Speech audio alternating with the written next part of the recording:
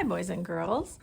I am getting ready to go and visit my daughter Teresa in California. So a little bit later today, I'll be getting on an airplane. But before I go, I wanted to do a story for you. This is called Goldilocks and the Three Engineers. Now, we've read some Goldilocks books in our class, but never with three engineers. She's usually with three bears. So let's see. Oh, this is a rhyming book. You know how happy that makes me. There we go. Okay. In a tiny bungalow, there lived a clever thinker. Young Goldilocks invented things she'd make and craft and tinker. Gadgets that could zip your coat and tie your tennis shoes. Tools that help you seek and find whatever you might lose. That would be handy to have a shoe tying machine, wouldn't it? Especially in kindergarten. But Goldilocks was in a rut. She had inventor's block. I have no inspiration left. I need to take a walk.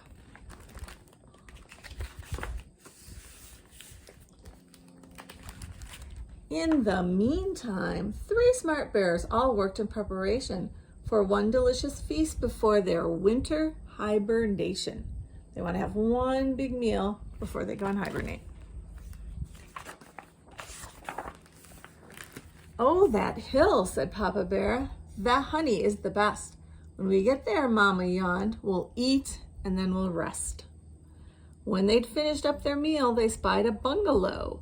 We could spend the winter there. It's sheltered from the snow. Whose bungalow is that? I bet you know.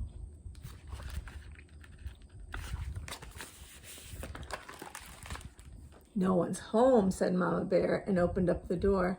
The room was full of strange devices, widgets, tools, and more.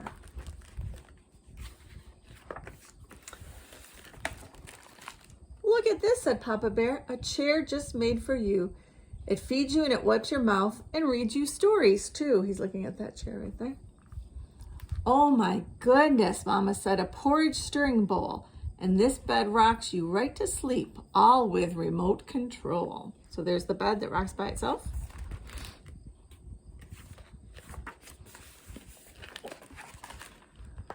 Baby Bear climbed in the chair. I wish it had some tires, so Papa added 4 small wheels with nuts and bolts and pliers. I would not have any idea how to do that. I'm gonna put some porridge on. It's overstirred and runny. This concoction simply needs a touch of golden honey. Can you reach? We can't just stay, said Papa Bear. It really isn't right.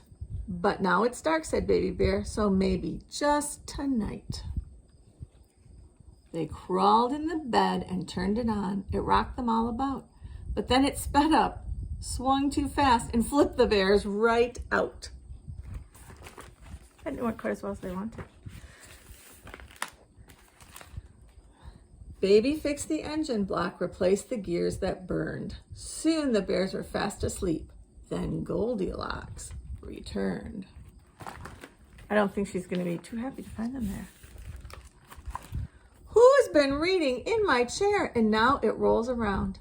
I'll admit this makes more sense and covers a lot of ground. Who's been eating porridge here? It's creamier somehow. There's honey in the mix. It tastes much better now. See that Goldilocks has a pencil tucked behind her ear? I think that's so she gets a really good idea. She can write it down wherever she is. Goldie heard snoring sounds and followed cautiously. Who's that sleeping in my bed and staring back at me? Yikes, the bears all cried at once. We know how this appears. We truly couldn't help ourselves. We're 3 bear engineers.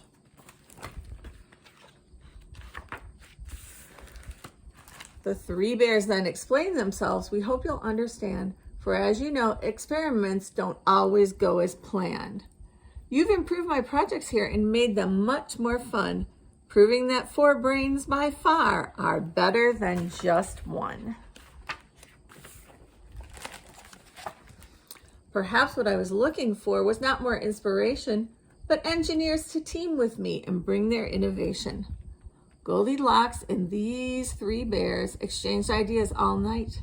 Their teamwork triumphed in the end, and things turned out just right.